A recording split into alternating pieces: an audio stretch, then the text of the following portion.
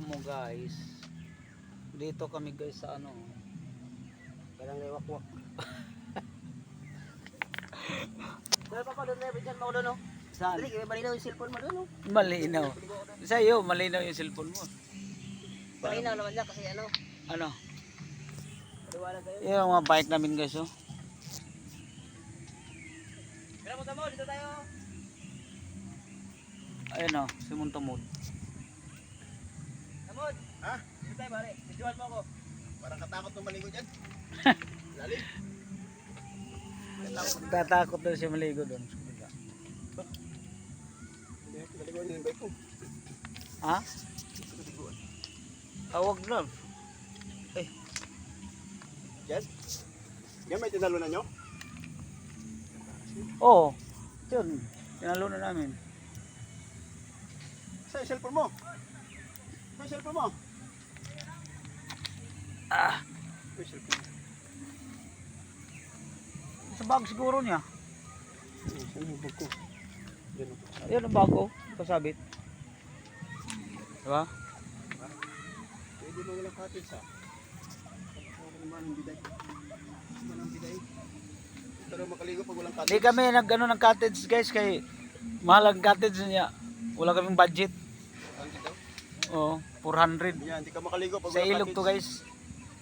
Sabi? Dito kami sa ano lang, may mga puno kasi ang dami namang puno din dito. Sabi di mo lang biday? Sabi mo lang biday? Sabi namang mabiday ah. Hindi ka makaligo pag walang cottage. Yun, mainit din naman ang cottage ngayon kasi ano, yerong ano nila, Bubong. bubong. Dito na lang kami oh. Tingnan mo, ang kulimlim pa lahat oh. Paikutan to ng ilog guys oh. Ayun oh. No, paikot yan. Nandito kami sa gitna. Inano namin yung bike sa kuan. 'Di ba? Dito namin dinala sa ano, sabay maligo rin yung mga bike namin. Lalaki pa to yan guys. Dito lang kami sa may gilid-gilid. Yan yung mga bike namin.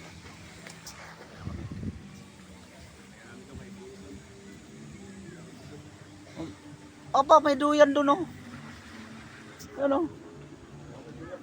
Nagano ng duyan. Para-paraan dito guys, para-paraan yung ano, sa sobrang init, naligo sa ilog, nagdala yung iba ng ano, yung duyan, kasi marami din kahoy dito masabitan eh, duyan. Yung ibang kahoy dito guys, patay na rin oh. Yan.